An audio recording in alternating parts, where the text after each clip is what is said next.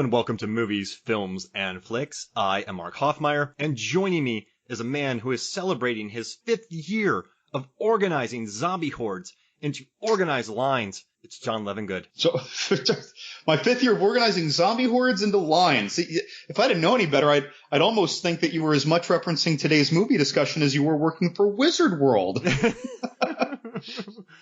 Oh, wow. So your work with Wizard World in 2012 led to your work with zombies when they took over the world in 2013. That's right. It's just that now they are no longer hundreds and hundreds of a horde lining up to Norman Reedus, but Milla Jovovich. Yeah, and I mean, you can fit zombies in places unimaginable. And first and foremost, zombies don't think.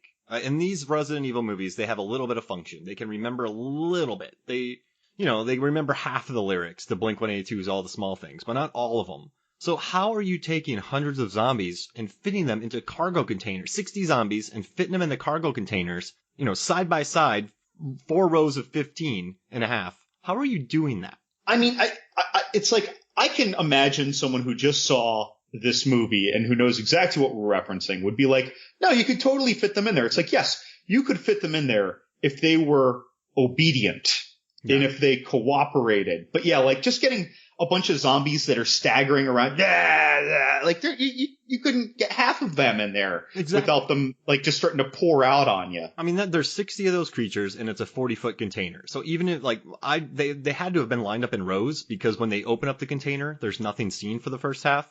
So they're basically taking up 22 feet if they're doing 15 and a half rows of 4. So it's technically 8 feet wide, but it gets down to about 7-9. So they're scrunching their shoulders, lines of 4, 15 of them, and they're standing kind of heel to heel, sucking everything in. I mean, when we first see these zombies in this movie, they're banging on windows, they're hitting stuff with chairs, they're listening to Limp Bizkit. They're just not listening. They're staying out past curfew. They're eating, they're drinking stuff after midnight. How, John, do you organize angry zombies? It actually, as you were talking, I have an idea, but I'd be worried if I was the evil genius mastermind villain who put this together. I'd be worried about damaging my zombie horde. But if I turned that storage container up vertically and then take turns lowering the zombies in, and then they'd be on top of each other, right? Mm-hmm. Like they'd just be stacked up. And then once it's like I get them all in there, I close the container lid and lock it, and then I carefully put it back down on the ground. Got it. But you run a lot of risk of damaging them because they're not just going to try not to, like once you get a couple layers deep of them, right? Yeah. Like you might crush a couple of the bottom ones or damage them. So this is what I'm thinking. They just dump 10 in, right? No, maybe right. They throw a bunch of packing peanuts in. All right. So you lift up this thing upside down, right? It's facing up. You throw a bunch of packing peanuts and then you just start pushing them down this 40-foot thing. It's going to break some of their arms, some of their legs. But once they kind of smush in enough, they're okay. You know what I mean? Yeah, in this scene, point out something else. Remember in the first movie, I was complaining that one zombie got shot in each kneecap and it kept walking fine. In this one got shot in the kneecap once and it was hobbled. Yeah, I mean you're right. We can't drop them into storage containers. So basically, John, do you do like a zombie boot camp? Do you run them? Do you take away their personalities? Like, what do you do with zombies to get them so organized? I mean, we're experimenting, right? In these movies, we're experimenting. So even though we're failing to control the zombies and we're failing to give them the intelligence that we want them to have and we're failing to adjust their aggression, what if you could actually just sedate them? Can they just sedate them? Can they tranquilize them? Maybe there's a way they can do that. Yeah. When they're fresher in the turn. What if wait, hold on. I think I got it. You get a bunch of people infected who don't know they're infected. And then you fool them somehow, or at gunpoint, get them to go into the container. Then you lock it shut. They all turn. And now you have a crate of zombies, like a barrel of monkeys. Do you make them put on the same outfits? Oh yeah, they all have to be wearing onesies like they're mechanics because it makes wardrobing easier. Got it. So you just kind of trick them like, yeah, you guys aren't zombies. Hey, go into the storage container for me. I'd be really impressed if someone did not see the title of this episode and didn't know what we were going to be discussing, but somehow caught on to what movie we were discussing. Wait, I got an idea. You want to hear it? I'm down. Okay, so in the back 4 feet of this storage container, there is a white plexiglass window that is incapable of being broken by fists. And in that are 4 scientists that annoyed Dr. Isaacs, right? So they're all in the back banging on this glass, right? Trying to get to these people. But when the front opens, they're like, hey, what's this? And then they all run out. I mean, I'll take it. Or there's a Subway counter in the back and they're just waiting in line patiently to get their sweet onion teriyaki sub. I mean, yeah, maybe there's just a whole lot of meat back there in a unbreakable container with holes that they can spot. I don't know. There's like something. They're like those people from Slither. Yeah, we get them going somehow. You know, I bought my cats this little mouse ear thing, and it's on the ground. I put treats in it. They have to slap it around to get treats. Maybe that's what they're doing in the back. They're just slapping around stuff and getting hunks of bacon. Hunks of bacon? Yeah. I gotta get me a toy like that. I could use that. I mean, that's really impractical. They're probably getting tuna. All right, so you might have noticed that John and I were going to be covering Resident Evil Extinction. This is our third in our series of Resident Evil movies, so make sure to listen to Resident Evil Apocalypse, and now Resident Evil if you haven't done this yet. We're solely focusing on just one movie at a time, but before we get into this movie, we have some... All right, so do you mind if do you want to read the listener questions? Do you want to... Oh, you got them. These listener questions all poured into us basically in the last hour and a couple hours. Yeah, it was kind of crazy because I was like, well, we need some questions. So I put it on Facebook, and I mean, we just got like a deluge of questions, and they're brilliant. And they're actually, I got short circuit a little bit because one of our frequent fans of the pod, friends of the pod, great writer, great podcaster, Johnny Numb, he sent in a question, and normally his questions are basically Infinite Jest-like. They are essays. These are the Herman Melville books, not his short stories. You know, this isn't Bartleby the Scrivener, right? This is Moby Dick.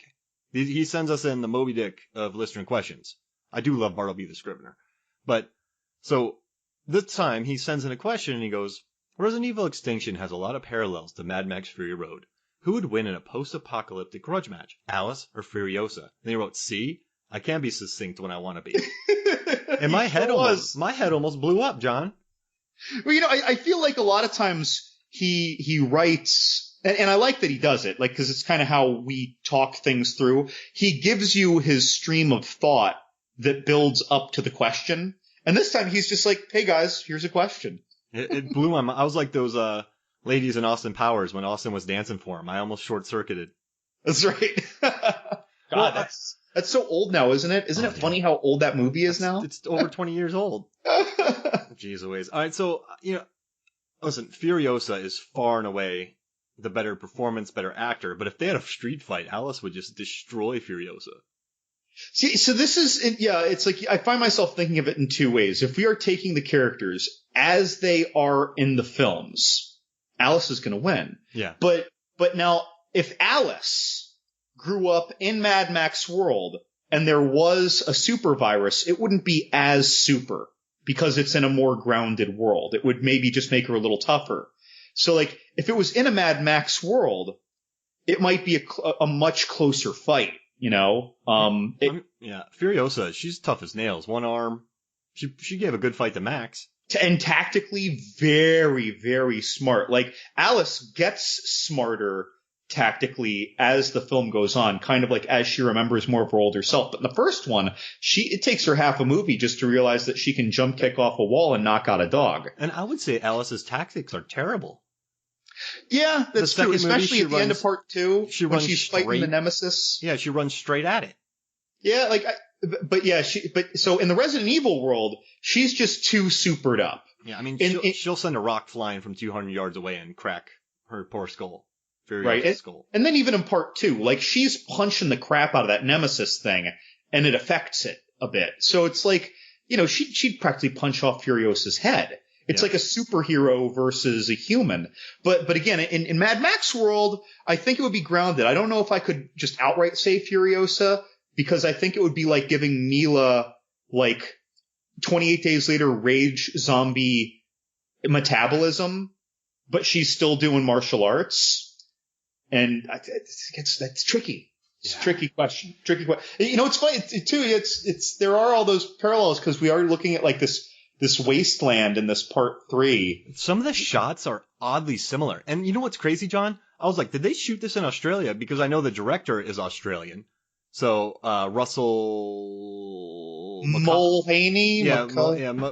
Mackay. Russell. He directed Highlander, Razorback, Highlander 2, ton of music videos. He did Teen Wolf, The Shadow, Scorpion King, Rise of a Prequel. So he's done a lot of movies. So I'm like, oh wow, they shot in Australia.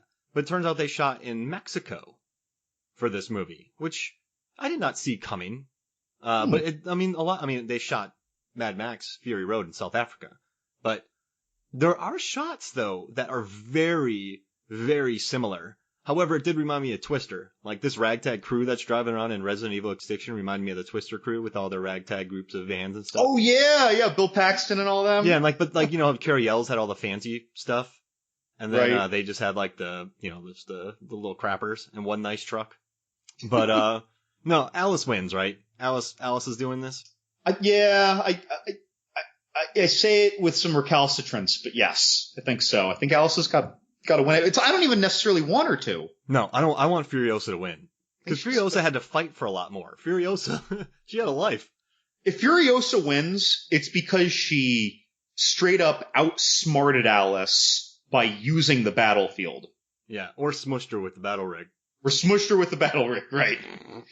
Yeah, that's right. Didn't both movies have the car with like that almost like that snow plow like tractor front? Yep. Because that was in Fury Road, right? Yeah, Fury Road used it. I mean, I'm telling you, there's aspects in these movies that I'm not like I know I know he loved Mad Max, so he made this movie. And so it's hard to tell what he's ripping off or when people do him, but there's some shots in Paul W.S. Anderson movies that I feel like get used later on. But I do have to say though, John, this movie it's much better looking than the first two. What do you think? Yeah, hands down. The shots in this, and you commented on it because you saw it before me in preparation of this. Like, man, this is the best looking of these movies so far. And then I watched it again. I'm like, wow, all the crisp desert shots and the skies, and it wasn't a warm filter, but there was something about the color correction that gave it that desert glare. Yeah. And the fire, even the way the fire looked. And even like I don't like those birds, but they look good on CGI. When that fire erupted with them, I was like, wow, This is good. I know it's bad saying that about the Resident Evil movies, but the CGI thus far has been wonky. We can agree. Oh yeah. So we have some other questions, and they're brilliant, but I want to answer them after the break because I don't want to separate them. I think these questions that were sent in need to be answered together. That was kind of like a stream of thought. They're pretty linked. Yeah, so I just don't want to separate them because they're brilliant and they deserve to be together. They're like the Beatles of random questions. Just walking across the street in tandem. That's right. Ooh. Like a couple of well-organized zombies in a container. On Evil Street. All right, cool. So this movie, I think we're kind of jumped into it, but the director's really well-known guy. He did Highlander. He also did Highlander 2. The cinematography is from a guy named David Johnson, who did AVP, a lot of TV. Most importantly, John, the production designer, Eugenio Caballero, he won an Oscar for Pan's Labyrinth, and he has also worked on The Impossible and A Monster Calls, which are all beautiful-looking movies that did wonders with budgets. So this is interesting. Actually, Guillermo del Toro sat down with Paul W.S. Anderson and was like, Paul, you need to get him for this movie. And they got him for the movie. And I think the movie looks really good. Yeah. The set design, and this is a limited budget movie. This is $40 million. So the set design they were able to get was top notch. The art direction was by a guy named Marco Nino. And he worked on Ravenous, Master and Commander, Jarhead. In Mexico, he worked on Titanic, A Perfect Getaway, Troy, and You Don't Mess with the Zohan, which I love. But that's Troy. Yeah, that's a resume right there. The art direction on these movies, and it was, all these movies weren't shot there, but he worked on, the Mexican unit of it. And he's also he's actually moved up to production design. He started on this movie, worked his way up to art direction to production design. So here's a movie that has a veteran director who has made movies that are technically coherent. Then you have two very solid production designers, and then you have a script by Paul W.S. Anderson that I think is I think this is the best looking movie, and I like it more than Apocalypse, but I think this is the worst script out of the three so far. I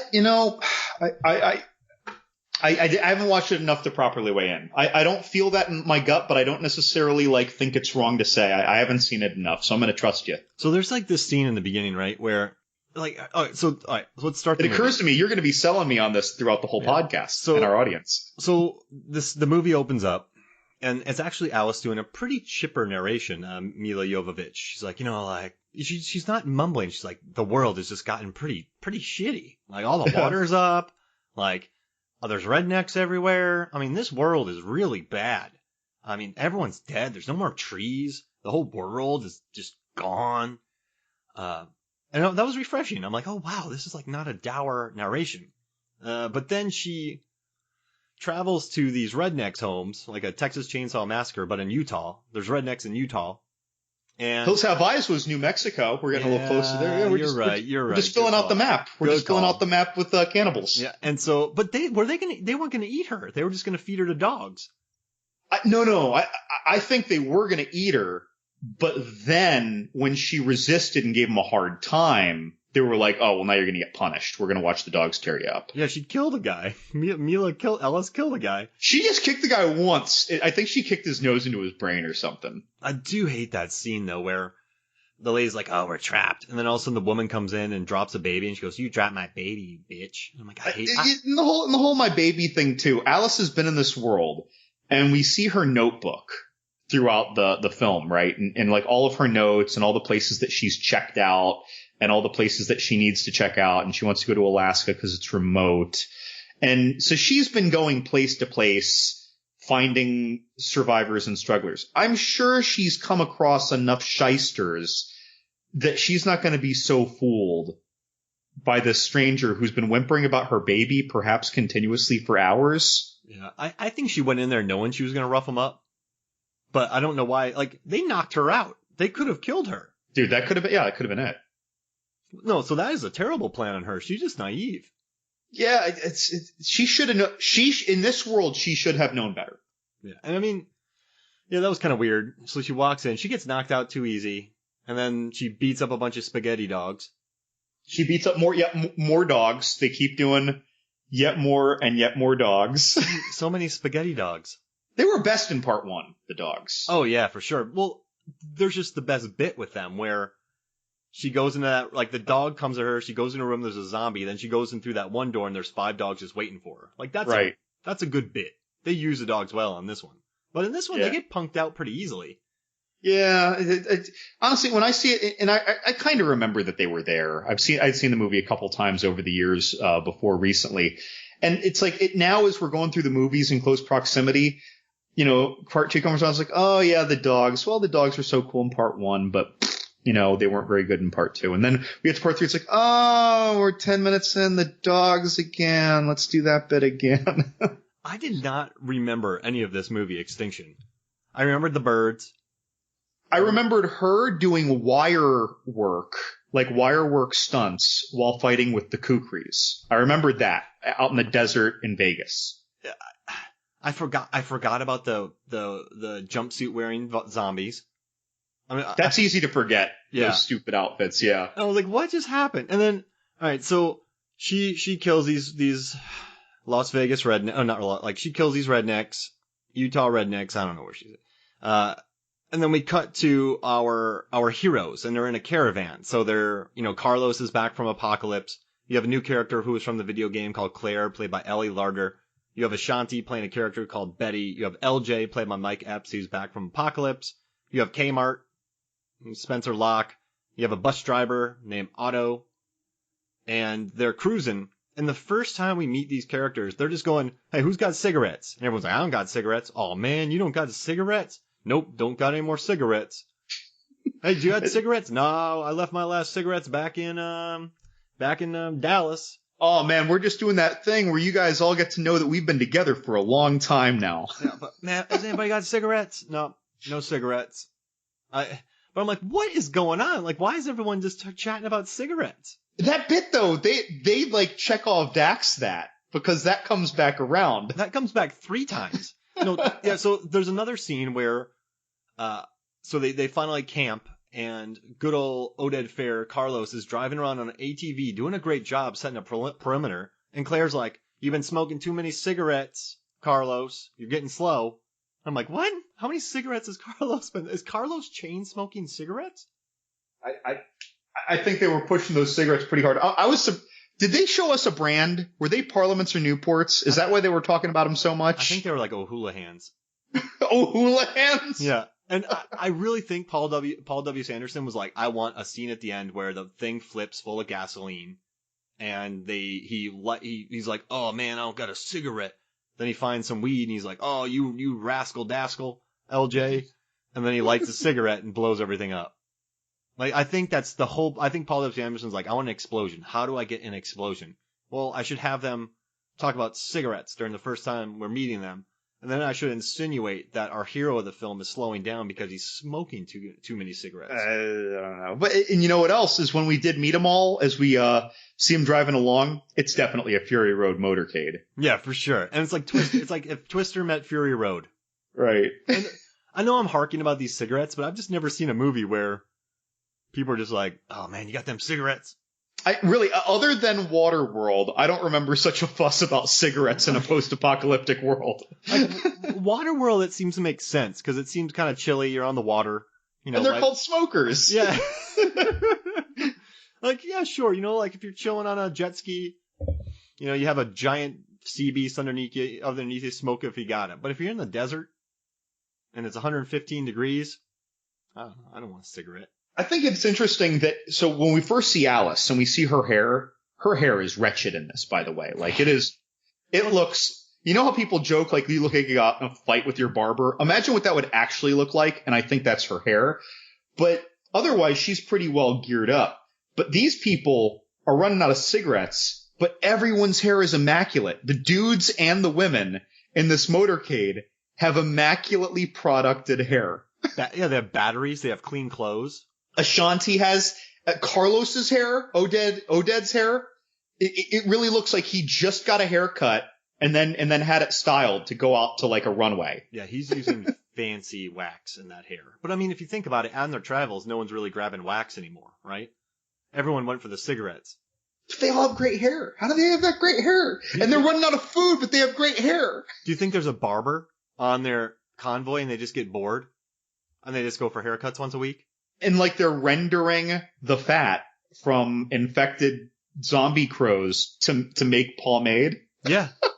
That'd be amazing. And they're obviously getting slower. Now, one thing I did notice, and we're not hating on this movie because I genuinely I like this movie. I had fun watching it. I enjoyed this movie. Like, yeah. I had little tidbits of hate for part 2, but I don't think I have any hate for part 3. The weird thing about this movie, though, is, and they mentioned this in the commentary, is that Milla's face is very airbrushed. And she actually designed her own costume with like her design department. But when you watch this movie, just look at her face. Did you notice that, John? It's very airbrushed. I didn't. Yeah, I was too distracted by that rat nest of hair. You know why I thought about that? Because in the second one, Paul W. Anderson said they did that to her face. So if I hadn't heard that, I wouldn't have thought about it. So they actually airbrushed the actress's face. Yeah, when you look her, her skin looks like she just had a microdermabrasion. I don't even know what that is. I just assume it makes your skin looks good. I think I used the right word. But I mean, all right, so they're in this convoy, right? They find this hotel, they clear it out. There's actually a pretty good bit where LJ gets bit. Oh gosh, I just said there's a good bit where LJ gets bit by a zombie. But so LJ goes in there, him and Carlos. LJ, if you remember Mike Epps from Apocalypse, he walks into a room, kills a guy, and he sees a zombie in front of him, shoots it, but it's a mirror. Then the zombie jumps on his back. That was a good scare. So that other zombie was just quietly sitting there, chilling, while the other zombie was attacking him. It was probably eating bathroom meat. I guess so, because when the door just like slowly moved open, you just see it was just there the whole time. I have a question, John. Couldn't you just knock on the door, and then you would hear it fumble inside, so you don't have to walk in there? Presumably. I mean, the zombies. I'm not saying that the zombies are perfect in any of the Resident Evil's movies, but in this one, there were quite a few brow-raising moments of behavior in zombie. Like this that we're talking about, and the container. that we were referencing in the beginning. Like their behavior seems a little too video game convenient. Yeah, got it. I mean, I guess that's part of the video game, right? They jump out of nowhere. Right. This is stuff that is, I mean, it's all fun to watch. Yeah. But if you're like us and you stop and think about these scenes a little bit after the fact, I think most people, though, you're going to watch a Resident Evil movie and it's going to end and you are done. You know, I was entertained. We think about it, and when you think about it, you're like, what was going on with those zombies? Yeah. Hey, what's the deal with that? What's the deal with the zombies? But so he's bitten. Yeah. And he's been traveling with this people, and he cares about these people, and these people care about him. Now, I understand and it's a desirable trope, I think, in zombie movies, where when someone's bitten, they keep it to themselves, right? They're scared that they're going to be like, oh, kill him. But these are all bros. All these people are friends. So in my head, if he revealed that he was bitten, they're going to be like, oh, shit, man, that's horrible. We're going to do our best to make sure you're comfortable, but I'm sure that you don't want to be a risk to all of us as well. You know what I mean? Like when he hid that among a group that we established the whole cigarette bit and they're all friends and everything, like that really struck me as a betrayal of, again, you know what? You brought up the bad script. Now I'm going to trust you now. Yeah. So because, yeah, like, I feel like that's a betrayal. Like, if you and I were traveling and I was bitten by a zombie, I'd tell you, because I know you wouldn't be like, shoot you in the head right now, John. But at the same time, I don't want us both to die. Yeah. You know, and it's like, and I can help you for a ways, but at some point, I just have to do the Hudson and Vasquez scene in Aliens when I know when I'm really starting to feel bad, so that I can just help you get that extra edge or something. But yeah, like that felt like a betrayal to the character's synthesis for me. And we actually liked it. I liked that guy. I liked LJ. And he started to look so incredibly sick. He looked sicker than some early stage zombies, and somehow no one caught it. Hey LJ, how you feeling? Oh man, I had some bad. No, he said he had some bad cream corn or something. Dude, his skin was paler than a chud. Yeah, I mean, maybe he'd just been in Carlos's smoke cloud, so people were like, I suppose so. Yeah, he had some bad weed or something. But you know, it's all in good fun though. These lead to fun anticipations, but it's like that felt a little. I feel like the writers were just going with a good zombie trope, but misapplying it character-wise. And you know what I was thinking? All the while watching this, I kept going, this is the best-looking Resident Evil movie. Like, I was constantly surprised by the shots. So It is. And I'll also say, so far of the first 3 Resident Evil movies, and I don't want to get too into it, but this had the least disappointing last guy for me. Oh, yeah, for sure. He could move. All right, so speaking of last guys, we cut to an Umbrella facility in Nevada. I would say somewhere around Las Vegas, somewhere around that area, and huge underground area. And we've left out the beginning of this movie, John. That's okay. I just figured you were waiting so we could then do all of the flashes to Umbrella Corporation's zombie Westworld facility. Because that's what it strikes me as, right? So they have a lair out in, let's just say Nevada, where they're trying to reclone Alice, and they're putting her through the ringer and having her battle the laser grid, the dogs, the rooms and stuff, and they keep failing. Then they take her body up and they throw her body into a pit, and then you see that zombies have encircled this fence that's around the facility. And inside this facility is 3 people worth knowing, which is one of them's Dr. Isaacs, played by Ian Glenn of Game of Thrones, of course. Then we have Matthew Marsden, who plays Slater, and he's the guy who doesn't know to shoot a zombie in the head. And then we have Jason O'Mara from a really great Scottish show called Monarch of the Glen. But yeah, so his name is Albert Wesker, and he's the bad dude. And you know what's... All right, so John, I gotta tell you were right. With Saw and this, when you said you watched all the Saws back to back, you're like, they make sense. The timeline works. But since I saw most of them years apart, I'm like, what is happening? Now that I'm watching these, the reappearing characters, reappearing themes, everything I know about the next ones, these movies do tie into each other. And each movie ends with a, hey guys, sequel coming, and then the sequel actually follows where the predecessor aimed. So they're very true to one another, these sequels. There is a timeline. There's a narrative byline. Wait, there's like a byline, I don't know. Something ties all these movies together. And it was kind of disappointing because I thought they just went to bonkers land. But now I'm like, oh wait, they all make sense. So, they're at a table. There is, all these people talking about, we learn that Umbrella across the world, they're down 50% of their food supplies. They also drop some data on us. They're like, we know that zombies don't need sustenance, but they can remain active for decades. And then they want to know about Project Alice. And it turns out they want Dr. Isaacs to develop a serum that reverses the symptoms, gives zombies some intelligence. And they're like, are you confident that you can domesticate them? And, he's like, yeah, I think we can. So their plan now is to domesticate zombies and turn them into a workforce. Right. Okay. Which is a little bit like, what movie did that? Shaun of the Dead, they started pushing carts away. Did they do that in Land of the Dead at all? The zombies started going back to normal at their homes. Remember Big Daddy was like, he was back at his shop. There was people mowing lawns. And they were learning how to use guns, weren't they? Yep. So they on their own though. And then there was, Warm Bodies. I guess they were right. kind of like, well, they didn't really team up with them, but they were still kind of smart. So yeah, they're trying to turn these zombies into something where they can, I think they're trying to weaponize them. Yeah. And you know what's kind of crazy though, John, is Dr. Isaacs hasn't been in this. How long has he been in this place? So he was in this place? Yeah. I mean, it's been like a couple years since the previous movie, in the timeline, not just in reality of the movie's release. So he's been there for at least a couple years, okay. And he was probably there for a good portion of the timeline of parts 1 to 2, but he only comes in the scene was he in a flashback of part 1 and then a couple scenes in part 2? He was at the end of part 1, okay. And then he was in part 2. So he hasn't been there that long in terms of breakthroughs on zombie biology. Like, these are an entirely new creature, and they are trying to turn these creatures into a domesticated or weaponized force, correct? It seems so, yeah. They want them to be smarter. How long would that take?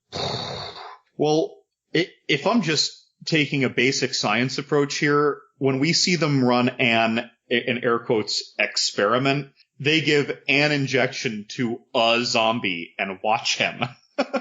So I feel like what they should really be doing is have 100 zombie rats and be treating 100 zombie rats a day and looking at data that way. Because who's to say whether or not that it works on this one zombie, why it worked? Is it dose dependent?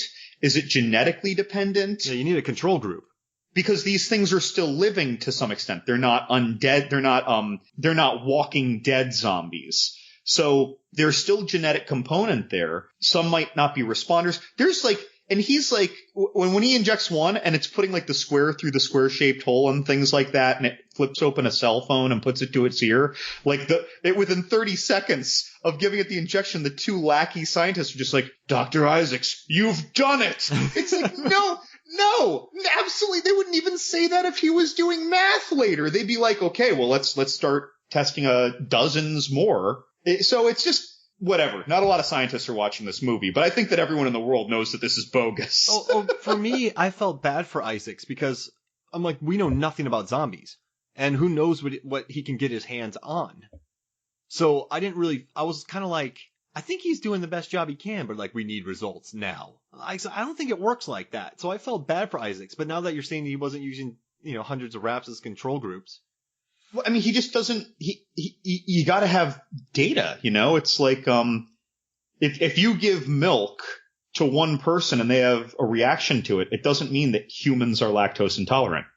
Yeah. It means that one was. Yeah, so that one zombie was just an angry sucker who murdered the two lackeys. Right. I mean, who knows what the disposition was of that zombie? Maybe that zombie was an insane person to begin with. I don't know. They're all in jumpsuits.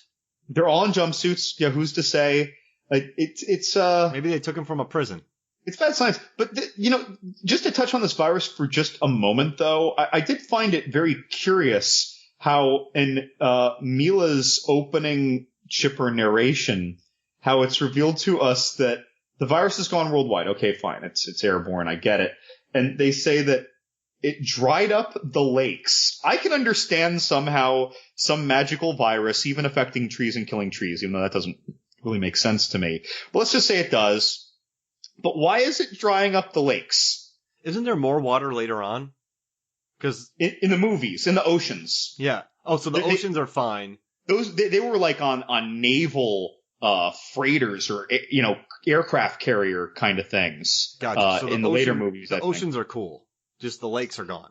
But they're saying it dried up the lakes and it turned forests into deserts. What's especially funny to me about that, though, is that we start in Salt Lake City, which is very deserty, and then they go to Las Vegas, which is a desert. So why didn't you just tell me that Salt Lake City, when you showed me that scene, why didn't you just tell me that was the Pine Barrens in New Jersey, and now it's a desert? Oh. In other words, they're showing us places that were already deserts. Yeah. So, I mean, you can shoot in the Gobi Desert, but just call it Detroit. Right. That's what I'm saying. Yeah, call it Chicago or like Rosemont and the suburbs.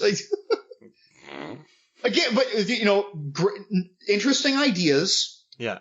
Poor script. Yeah. I never thought I did hear when they said all the water dried up. I went, oh brother. But like I said, then the movie started and it looked good and I had fun with it. Because I like Oded Fair, and I like Ali Larter in it. I think she's good. I felt like Ashanti was phoned in. Yeah, I mean, well, she had nothing to say. I guess they really just cast her for the sake of having her in there. Her dialogue was not good, though. She walked in, and this guy's literally been lit up by a zombie, and she's like, "Oh, you like it rough," or something like that. And then she complains about cigarettes, and then she says that, and then birds kill her. So yeah, she invites a pale as death LJ. Hey baby, I'm gonna see you tonight. He's like, yeah. It's like, I'm fine. I have seen zombies that look less like zombies than he looked before he turned into a zombie. So we're still in the hive, right? And the guy says demanding results will not guarantee them. And so is this kind of the turn of Dr. Isaacs right here? I guess. I mean, we have this lackey dweeb Wesker who's wearing his thousands of dollars suit and his sunglasses indoors while he's hologrammed in for the board meeting. And I guess the pressure's there. At least that's what the script is trying to tell us. Yeah. Now, in the commentary, because I don't want to seem like a smug dude that's just hating on Resident Evil, but in the commentary, Paul W.S. Anderson and producer Jeremy Bolt are like, why do they have glasses of water? And so when they disappear, there's glasses of water on the table. Oh, they left the water on the table? Yeah, so they filled up... I didn't catch that. They filled up glasses of water for the people at the table, but they hologrammed in. That sounds like an accident. Yeah, no, they did. They're like, how... It's funny, though, that the producer and writer and the other producer are like, did we really do that? That's why I love Paul W.S. Anderson commentaries. And the more I listen to his movies, the more I like the guy, because he's very earnest about his movies. I mean, this one, I was reading an oral history about the movies, and Milla admitted that it was really difficult not having him on set, because he really wants to have his hand on it, but he's not there because he was doing other things, and so it was really tough for the crew. Because these are like his visions. The director's more of like, I'm doing what... The director's there because he can't be there. So I guess it was kind of tough having that. So maybe there was some oversight with glasses. Because he'd be micromanaging that if he was on set. But I thought that was pretty funny. So here's a distinct positive for me as we're going along. Is the zombies specifically looked a little better. Oh, they look very good. Than the previous two movies. And I also liked, even though it's just like a cheeky bit, when we first met that kind of cowboy sniper guy. Johnny Cage. Was that who that is? Yeah, from Mortal Kombat. Paul W.S. Anderson's Mortal Kombat. Wow. Best fight of 1995. That's a very popular article. Yeah, it is. But so when we first meet him, he kills Steve the zombie. And Steve, they had a name tag, Steve. Yeah, I love that scene. Yeah. And then, so now I actually have a favorite zombie of the first three movies, and it is now Steve. Good old John. Johnny Cage didn't even punch him in the balls. No. And he had a rough death when he went. Yeah, I guess he went saving somebody. Yeah. Yeah, that's how LJ. Yeah, well, yeah, I was like, why didn't LJ get a cool death? He should have made it to this zombie thing and blown up 20 of them. Yeah. Like, but instead he turns and tries to eat Kmart. Again, like I think they squandered that trope, that bite infection. That could have been done a lot better. I like their setup too. Which one? So remember when they got set up there before they had dinner and everything, and Carlos is going around and he was putting up like the rain of fire perimeter things. Yeah, but slowly because of cigarettes. Right, slowly because of cigarettes. While he's on a motorcycle. She called him slow for cigarettes while he was on a or like an ATV or something. Yep. Like that's what's slowing him down. But they're doing the rain of fire thing, and it actually popped in my head. I realized this is probably like a real military thing, but this movie, did it come out before or after Rain of Fire? Like, I'm wondering now if they saw that Rain of Fire scene where they're going around setting up those perimeter things to triangulate, if Rain of Fire saw this or if this saw Rain of Fire. I mean, I think Rain of Fire had to have been earlier, right? Because this was 2007. I wonder. I'm checking now. I'm checking too. Rain of Fire came out in 2002. Yep, 2002. I have a feeling that they liked how this looked in Rain of Fire. I think we need to do Rain of Fire on the podcast sometime. That's such a great movie. And I think it's kind of underrated. I know. Dude, that movie was underrated from the year it came out. Aside from The Longest Jump in the History of the World, which I covered on Movies, Films, and Flicks. But in like when they were acting out Star Wars and things, yeah, that should definitely be a future docket. That has Jerry Butler in it. It has Christian Bale, Matthew McConaughey. It's stacked. Action stars. It has.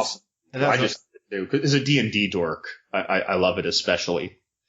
All right, so where are we at here? Oh, we're at the hotel that they cleared out, and yeah, I mean the guy's smoking, and then you kind of learn that they're running out of food, they're running out of gasoline, and we know that Alice can't sleep with them because Alice, when she sleeps, she goes full force. Goes full ray and lifts rocks. Yeah, she's got and that telekinesis was hinted at the end of part 2. Yeah, and now she's really deep into it. Yeah, and she destroyed her own motorcycle. Yeah, and then later on she's just wandering around the desert. And they actually did that practically. They dropped that motorcycle. Oh, the fall. Yeah, I'd buy that. So then the guy's like, that was really difficult actually. I don't know why we did it. But so she can't sleep with the crew and they're kind of on their own. We kind of learn more about the dynamics. There's another kid too that does all the tech. He's like the blonde Australian kid. What's his name? I wrote down the whole cast and crew. Christopher Egan, Mikey, blonde kid. So you meet him. You learn that they're almost running out of gasoline. Claire's kind of trying to figure out where to go. We learn that someone can shake canned food and know what the contents are. Yeah, in this one you got beans. In this one you got licorice. That sounds like some kind of fruit. Yeah. and then this is where things get crazy though, right? You mean the birds? Yeah. So the next morning, Alice destroyed her motorcycle before all the rocks. They all wake up, and per the commentary, Paul W. Sanderson was a huge Hitchcock fan, and so was the director. And so he's like, I'm just gonna do a Hitchcock scene. And director Russell was like, yeah, this was awesome. I got to recreate a Hitchcock scene. So the zombie crows attack the convoy, and they light everybody. They light a lot of people up, John. They kill these crows are deadly. This was like the Umbrella Corp birdemic. I mean, and the CGI is good for 2007. Like very good CGI. Yeah, I thought they looked good, and the bird up close looked practical. Maybe just with CGI'd eyes. So they used several real birds, and then they did birds against green screen, and then they CGI'd a bunch of birds. And you know what's... Oh, another awesome fact I learned. Weta did the special effects on this. Weta. The people who did Lord of the Rings, who did The Host. I mean, they did, I believe Weta did all the Rise of the Planet of the Apes movies. I mean, these are A-grade special effects. And he talked about the crows and the zombies that they did. So the zombies, when the CGI zombies, they had a mind of their own, the crows. I mean, these are A-list special effects in this movie, which is kind of awesome, which I was a really nice, I mean, one thing I like about W.S. Anderson, he's really tried to get the CGI better in this series since the first one. And he has, He succeeded. So I guess we go to the crows. The crows are killing everybody. They kill Ashanti. They're killing everybody. And then a guy gets up on a flamethrower. He's lighting crows up, which, oh, it's not a bad idea. But then the flamethrower almost lights Carlos up. And while he's trying to save a child, and Alice comes out of nowhere, stops the fire, and then shoots telekinesis shield. Yeah, telekinesis shield, which is pretty cool because I like Oded and Milla together. Then she shoots the fire up and destroys all the birds. And a really so that was a really cool scene. And yeah, I think one time I was watching this and I just had it on as background because there's only so much time in the day, and I don't know what I was doing, and I looked over and I saw this scene and I was like, wow. This is really good. Like, this is a fantastic looking, good looking CGI. So she blows them all up. And then you realize that her and Carlos had a relationship, but she can't stay there because, she'll kill him. And then they decide to go to Vegas. What do you think? Also a desert. Yeah, also a desert. Also a desert. But, I don't know. Before we get to Vegas, we're going to keep you in suspense because something crazy is going to happen. Jumpsuit zombies. So before, we just want to keep you in suspense. We're going to go on break, and we'll be right back.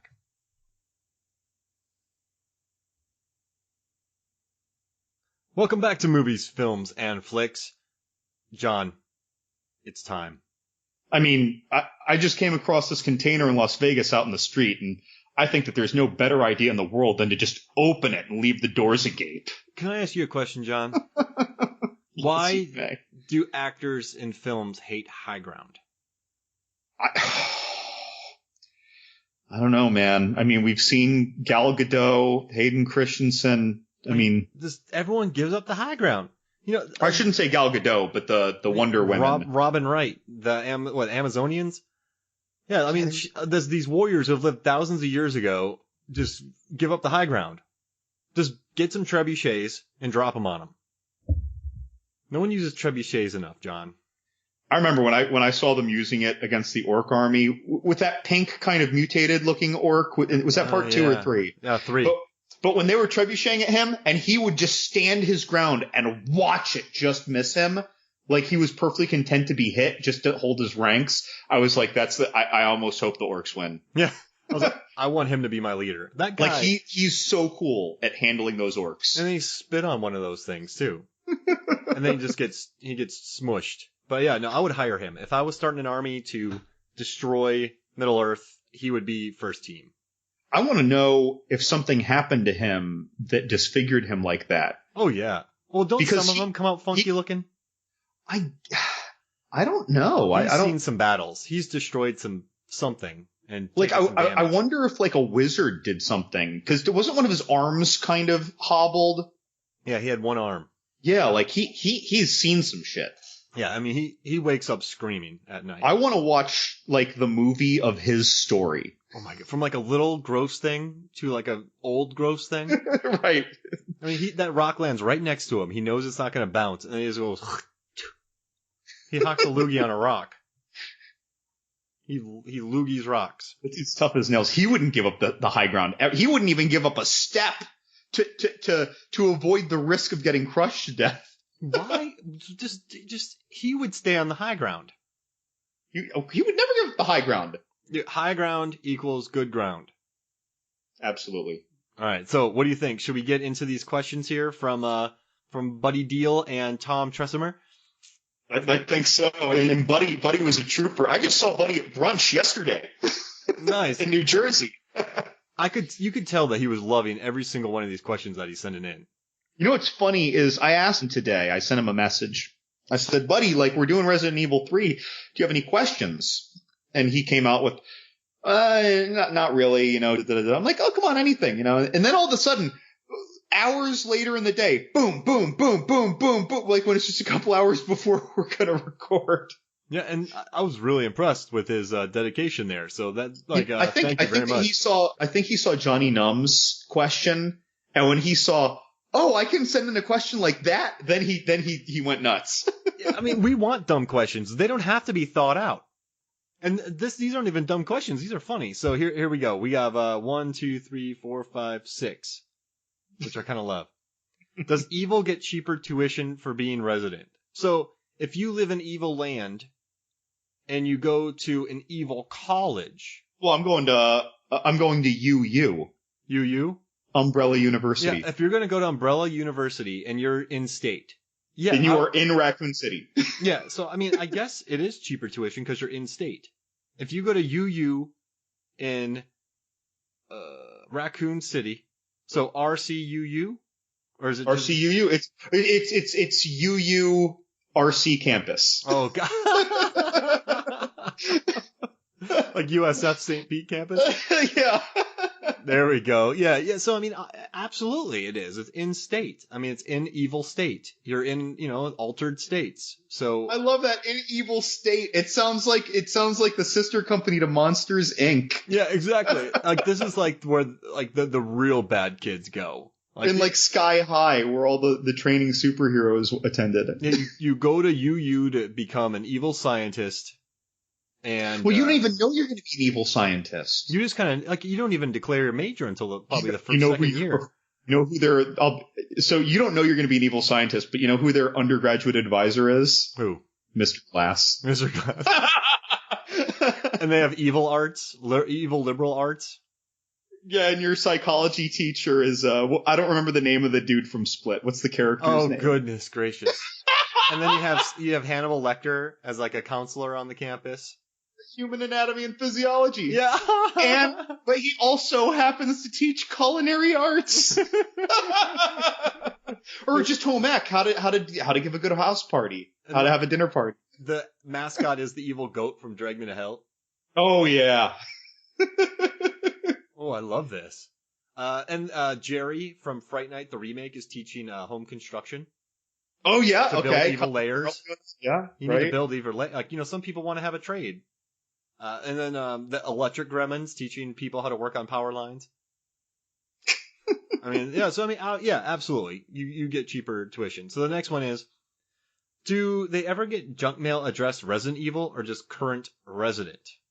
Oh, that's got to be like a slap in the face to the Resident Evil people if it says current resident. Yeah, I mean, it's like, can you imagine? Is it a current evil resident? Like, yeah, current. I'm not just any current resident. I like your voice better. Current evil resident. Evil resident that is current. Yeah. I wonder if I can do a good Dr. Evil. Current evil? No, I can't. So, by the way, hold on. You know how you think you do a good Michael Caine? Yeah. I thought that I did a good Dr. Evil. How did it actually sound? Did it sound like horrible? No, it's fine. If you hear it at a get together, you're like, it works. If you hear mine, you're like, my ears are bleeding. I still remember there was a time when I thought I was doing a great not a great Gerard Butler, but a great ridiculous Scottish accent.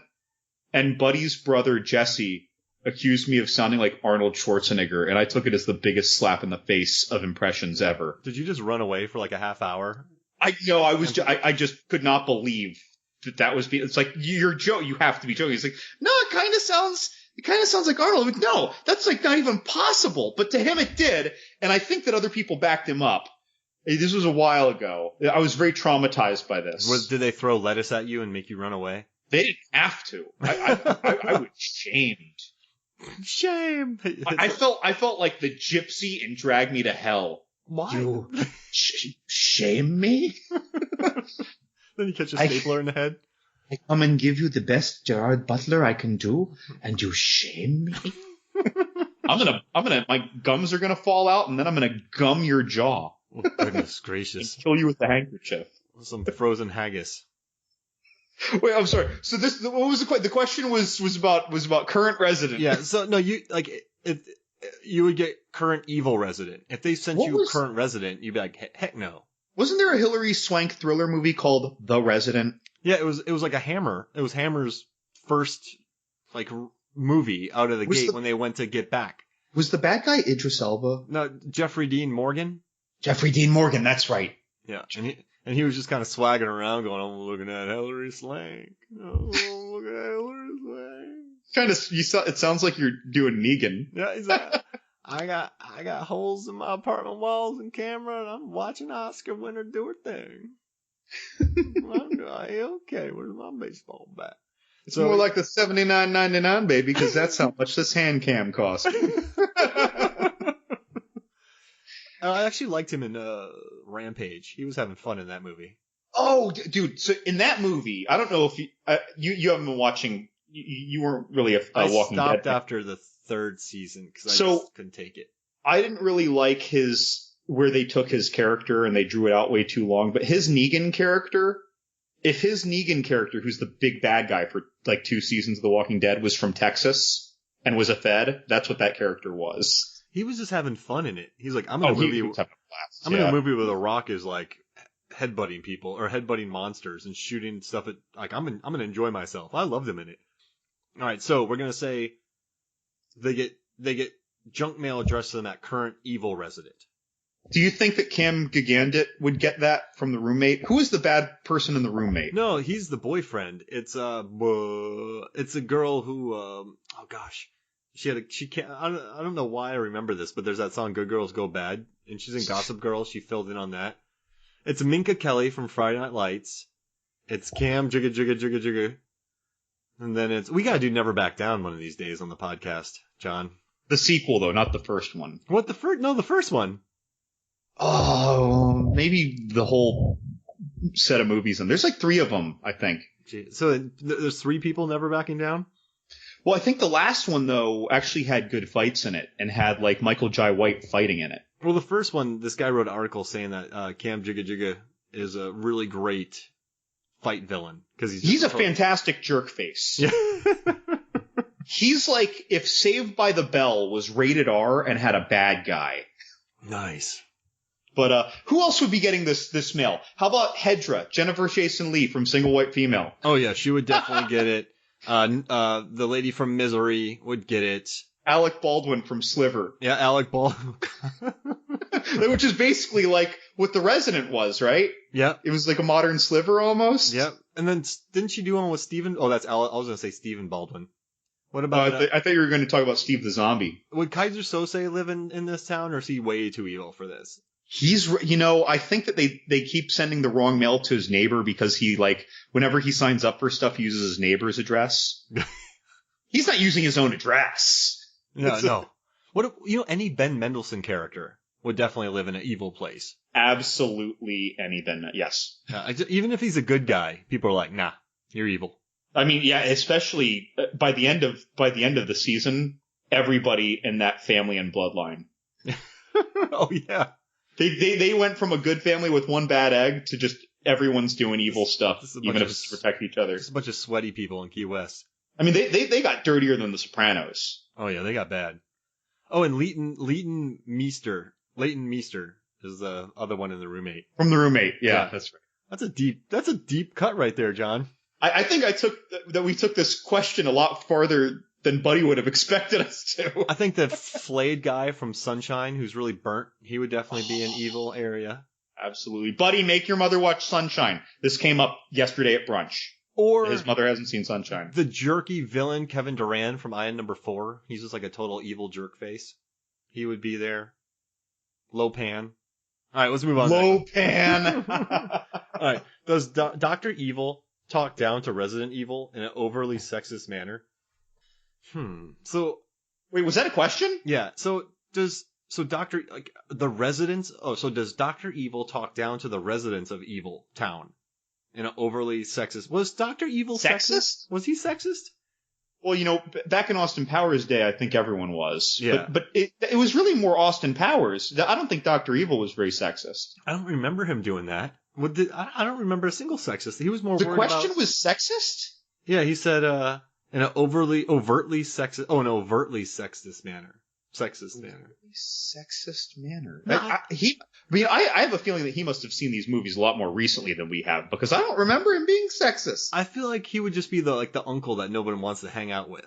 I can see him putting him down needlessly, like when he berates Scotty. No, yeah, I mean he was a jerk. Zip it. He'd be what kind of teacher? What kind of professor would he be good at Raccoon City, Umbrella University, Raccoon City location? Macro evilnomics. Okay, we're gonna take over Raccoon City. How much should we ransom it for? $1 billion or $2 billion? And it has a whole flow chart of how much to ask. Right. Like, what should it be? 1 million, 100 million, or $100 billion? Well, dude, that's amazing. And he would actually teach the class. Like, all right, so in New York, we learned 20 billion. But if, we're in New Mexico and in a small town, just ask for 50,000 because we know we can get that. Because if you look at the economy through the last 10 years and the booming cattle business out there, we know that people will pay 50,000 just to get their kids back and not involve the cops. We know that? Well, I just made it up. Okay, I was going to say, it's like, what are you studying lately, man? I just blacked out, John. It sounds like you've been watching a lot of movies like Sicario lately. if you're up on that kind of evilnomics. I mean, that was pretty good. No, I was actually getting a little scared until I found out you were joking. Well, no, you started off with the evil micronomics. Okay, I started it. And then I just kind of went with it. Like, that's Evilnomics? Evilnomics? And he actually, we're starting to sound like Bane. Batman. Oh, no. Our terrible Bane impressions. Yeah. Bane teaches economics too. He's like, when you're at dinner with Batman at the Red Lobster, and he orders bisque for $6.99, and I order all-you-can-eat salad and breadsticks for $11.99, and we both get sweet teas for $2.99, and then we order some cake for $3.99. How much do we tip? The answer's nothing, because we're evil. It's terrible. But yeah, that's a good bit right there. Evil people don't tip. Evil people don't tip. That's so. I am so happy with myself right now. All right, so Batman. The last time when we split it, I paid the odd cent, so you have to pay the odd cent. Yeah, that's 89 cents, Batman. I forgot my change. Well, then you pay round up. Why is it that whenever you don't have change, I have to pay, but whenever we both have change, we have to split it? Why do I even go to dinner with you, Batman? I don't even because I don't have any other friends. Are you saying we're friends? No. I just like free dinner. Oh, Batman. All right, so the next one. Sequel idea. Resident Evil eviction notice. Tagline. Evil doesn't live here anymore. I feel like Raccoon City kind of got their eviction notice in part one. So the second one will be called Resident Evil forwarding address. Right? That sounds like one of those movies that you would tell me that you watched like streaming to watch a bad horror movie, like when you saw ATM. Oh goodness. That movie hurt. That movie punched me in the stomach. And a bunch of people on Twitter were trying to get me to watch this movie called Delivery. I mean, like, which is about like a murderous pizza delivery person. Oh, brother. Here's your pie. Extra knife. I don't remember. Was ATM serviceably entertaining? No. Was Alice Eve in that? Yeah. I mean, it's incredibly shot, but you're just like, I hate this. Like, it's performed fine, it looks good, it's filmed well, the performances are fine, but like, I hate everything about it. Get over yourself, ATM. So, but I think, everyone from Resident Evil, Raccoon City, got it. Well, they didn't get it. Well, if you didn't get evicted, you left. So you'd have to leave a forwarding address, correct? In a way, every Resident Evil movie ends with a very clear, like, sequel, wink, and here's the first scene of the sequel, wink. But it's like Alice says, I'm coming for you. And then she goes somewhere else to a different address to come for them. And then the second movie ends, and it's like, oh, by the way, there's a sequel because there's a clone or something. And then, okay, fine. So there's a lab somewhere else that matters. And now in this movie, we see that lab that matters. And at the end of this, they're going to nod us to another place. Eventually, we're going to end up like, they referenced in this movie those other facilities, like the Tokyo facility in Wesker's meeting. But in Retribution, we're going to see one of these other facilities in another country, and then eventually we're going to go out to this mobile ocean liner or ocean like naval aircraft carrier. So we do keep changing locations, almost like the Fast and Furious franchise, right? As we get bigger and more global. Yeah. Was that a tagline for this? Like Evil Goes Global? Was that the last movie? Here, let me look at it. I got Afterlife. Oh, I got a Raid 2 Blu-ray. Oh yeah.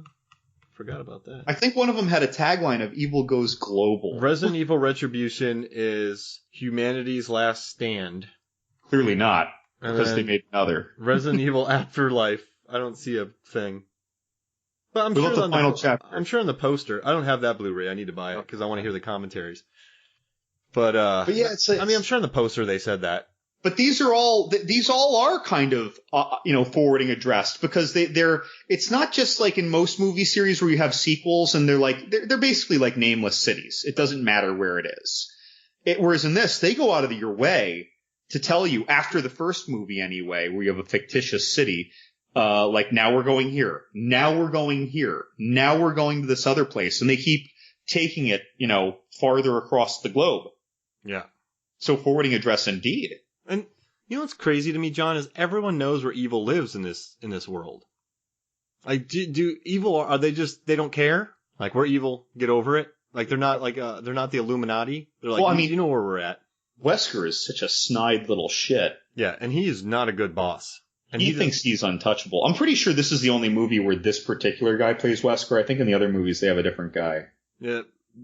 You know, he was in a show called Las Vegas that Hugh Jackman started that only aired one episode on TV. Lost Vegas? No, he sings in it. It's like a musical that Hugh Jackman wanted to start years ago. And I was like, hey, the guy from Monarch of the Glen.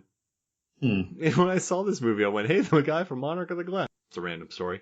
All right, so, yes, evil doesn't live here anymore, but we'll gladly forward it to the next evil location. Right.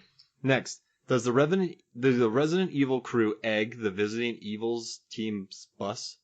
I think those crows were egging the good guys. Yeah, I mean, do evil people egg things, or is that what good people do, thinking they're being evil? That's what that bully kid did in The Babysitter. Yeah, I mean, listen, throwing eggs at cars and houses, that can do serious damage to paint if you leave it there long enough in the sun. It's gonna smell terrible. Yeah, so I mean, it's not. You either got to be a teenager who doesn't know any better, but if you're an adult throwing eggs at things, you might be a little evil. I mean, that's malicious. Yeah. I mean, I think it is better to throw a rock through that window. If you're a kid, you don't really think about the cleanup of eggs. But if you're an adult doing it, you know how crappy it is to clean up eggs. Because once you're an adult and you're taking out the trash and you're doing the cooking, you know that if you eat eggs, if you crack 3 eggs a morning, right, you make a 3-egg omelet. You crack 3 eggs a morning. If you don't take out your trash until Friday, that's not going to be pleasant. Yeah, it's going to smell. And that's in an air-conditioned house. And if you don't use your fan when you're cooking the eggs, it does get a little smelly too. Like eggs can get pretty foul. I think they like put explosives on the other team's bus. Or they put like their bus on a rolling catapult. And you know what's funny is that while that will result in a death, I don't think it's any more evil. It's no more. Again, I say just break a window with a rock. People get a little scared, but now they know I can just fix that window. You don't have to like debase yourself to just like cleaning that stinky muck, and you have to smell it, and you're smelling their hatred for you as you're cleaning it. Yeah, egging is just, it just seems like just a more malevolent choice. Yeah, it's cruel. I'd rather get beat up than have my house egged. Even though you can just you can clean up the house in an hour, right? Yeah. And your black eye will be there for a while, and you have to answer for it. But I don't know. I'd rather not have my house egged. Which character in the Resident Evil franchise would egg a house? And from 1, 2, and 3, who would have the most joy of throwing an egg at a home? Wesker, that shit. Yeah, Wesker would do it. And I think he was wearing sunglasses at a board meeting. Yeah, and Otto, the bus driver, I feel like would egg somebody. He might. Out of jest, but everyone would be like, that's stupid. But I think Wesker. But Wesker, he's the biggest punk in this movie. He would take a dozen eggs and just break them and put them in your back of your car. He would scramble them in a big bowl like he was going to make an omelet and then put it in a super soaker just to more efficiently get egg coverage on your house. Oh, that'd be horrible. So a massive super eggs in a thing filled with water? Oh. It would be like Ghostbusters 2 when you're hosing down the Statue of Liberty's interior. Oh my god. And he would dump it up in your attic. He would hide it. He would hide the eggs. Air vents. He would just carefully put it in air vents. Yep. And you would That never know jerk. he was there. He's evil. That's how I know he's evil. He'd do that. I hate Wesker. All right, He just gets worse, too. So the last one is, how many hours of evil residency is required to obtain your unrestricted license to practice pure evil? I mean, I feel like you move up in the company. It's almost like getting higher security clearance as your pay grade goes up until you're pay grade power douche like Wesker. Yeah, I mean, you have to wear sunglasses when you get that evil. At an indoor board meeting at an underground facility when you appear as a hologram. That is the biggest douche move ever, to wear sunglasses. And you have to be poking, I don't even want to say, you have to be poking something cute with a stick while you're in the meeting. It's like he thinks that he's in the Matrix. Yeah. And everyone's like, you're not Matrix, bruh. But then they get fed to an anaconda. Because, like, he's not wearing sunglasses indoors all the time. He's not going to be able to see things properly. Yeah. So he just put it on for the meeting. Like he was just, you know, producing his self-image in the Matrix. What if he was outside and they kind of beamed him in? Because you can't see what's around him. What if he was enjoying some sun? It's all nonsense. I'll bet he had strippers in the background. And he probably had to pay them extra because they could tell that he was an extra douchebag. And they're like, I don't know if I trust you. Well, you have to go to Evil Town. I mean, do you think you have to get about, 10,000 hours of evil? You know, like if you do something 10,000 times? So 10,000. So a typical work here is 2,000 hours of work. So that would be 5 years in. I guess, right? Like you'd get like tenured. Yeah. You would get evil tenure. Because most people get killed before then. So if you make it to that means you've been especially evil. I mean, 5 years of service to evil is a lot of evil service. Yeah, I mean, you pretty much have been desensitized by then. And you know, their soldiers, like their SWAT team guys that they have, like I'll bet those guys get called in for a lot of overtime, like law enforcement does. So they actually pull those 10,000 hours in 4 years. Yeah, I mean, I bet Wesker did it in 3. Oh yeah, he had an internship while he was in college too. He got a head start. Yeah, and he definitely wore this evil sweater vest. He was one of the jerky guys in those rom-coms. He's like the guy trying to sleep with the dean's wife in Animal House. Yeah. but even more evil. All right. So we don't have much time to knock the rest of this movie out. So they're in Vegas. We've talked about this attack a lot already, right? So and so this is where the wire work really comes into play. I thought this was an interesting choice. How they used a lot of wire stunts for Milla in this. Yeah, I mean the fight scenes are better. I just don't understand how a bunch of armed people who have some high ground. I mean, there is 60 of them, and they do catch them off guard, and they are powerful. And one of them on their own can kill a beginning Alice. Clone. The clone was inferior. They did. And by the way, at one point they actually called clone number 87.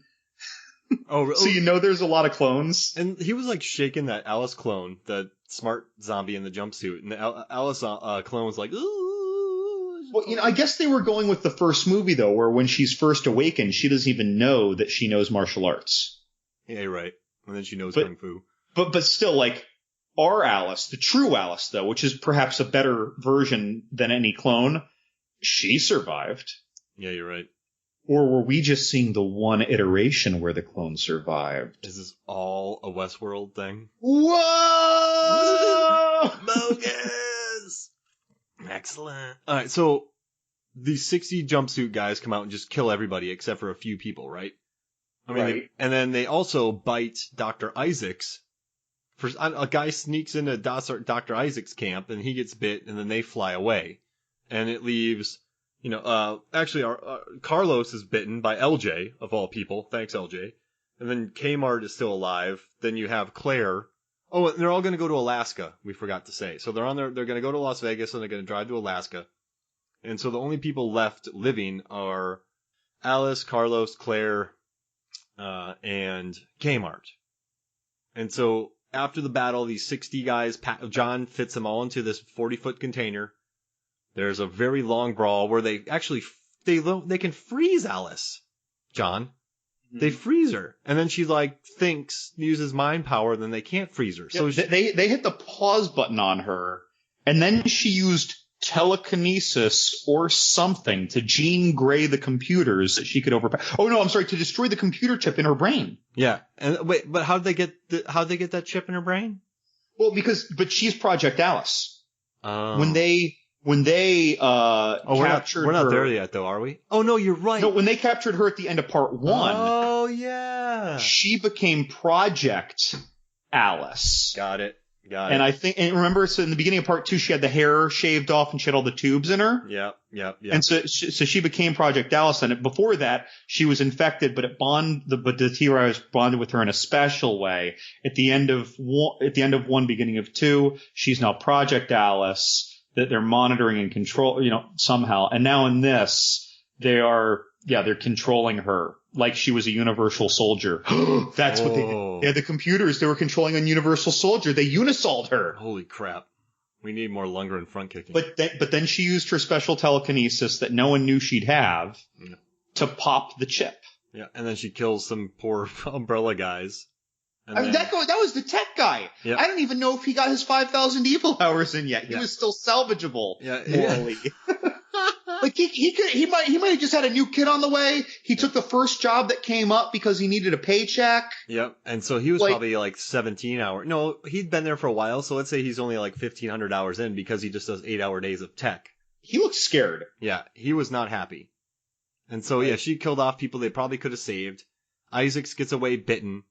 And very few of our remaining people are alive. So they're like, hey, there's not many of us left, so we know where there's a helicopter. So we're going to go to the next Umbrella Hive, and we're going to attack it. And we're going to take that helicopter so the 4 of you can fly to Alaska. Good plan. All right. So they're there, I felt bad for Johnny Cage. He died saving somebody. He smushed himself. The gore was good. I liked the throat slits. I thought there were some pretty cool scenes. As far as like an action scene in the movie, I think it was better than the first 2 easily. I like the action a lot, and I like Milla's stunt work in general a lot. I just didn't like the wire work. And I bought her too, wiping these people out. I do think that headshots were kind of. I like Claire killing people, but she could like shoot people in the head occasionally. Then other scenes, she just shot 4 bullets into a guy's back. Yeah, and Alice has the best. This is her best tactical outfit so far too. It's a little rugged. It's better for falling. Yeah, and I mean she designed it, so she designed it with her company. And I didn't like though how Carlos was handled in this scene. He was kind of wimping out from these zombies. Well, that's all that smoking. Yeah, it's all the smoking. That's the problem. You're right. He slowed down. He should have been hacking underneath that bus. There's like Chekhov's axe, and there's Carlos's emphysema. I mean, they're really tying the cigarette stuff into it. All right, so then they're going to go back, but the problem is that Dr. Isaac made it back to the lab, and he injected himself with a ton of the serum. With as I understood it, the only dose that they had of antiserum. And he takes all of it. So he's loaded with the stuff. And he starts looking bad, like, immediately, within the scene. And then Matthew Marsden comes in, Slater comes in, and Slater's like, all right, Dr. Isaacs, you're done. And he shoots Dr. Isaac in the chest. It's like, dude, he's a zombie. And he just injected himself with serum. And then Isaacs gets up, and in your probably favorite thing that's ever happened in this world, after injecting himself, 3 minutes later, he can shoot 20 feet tentacles from his arm without his shoulder bending through people's eyes. I'm not a fan of this. Talk to me about these tentacles, John. So, okay, first off, I don't know where that mass is coming from. Second off, they've got to be heavy. I feel like the tentacles themselves would get tendinitis just from holding themselves up while they were projecting themselves forward. He grew those quickly. They're like, they were instant. It came out of nowhere. It was just he created 18 pounds of tentacle like that. He created tentacle, and they launched into the dude's eyes and mouth. I think it was 3 of them, which was entertaining. Like I enjoyed that, but it's like they're doing what Slither did, but in Slither, at least it looked awesome, and we knew that there was something alienly supernatural going on, and I don't know. It made it easier to swallow the effects and everything. And this, though, the tentacles, they seemed like a phoned-in effect. Yeah, it happened fast. But you know what, though? I kind of like it. Just, they yada-yada'd it, right? It's more forgivable in this scene though than later. And then the remaining survivors are like, hey, we got to get into this lab, but it's surrounded by zombies. So Carlos is like, hey, I'm going to drive this truck. He drives this truck. The truck flips for some reason. Zombies swarm it.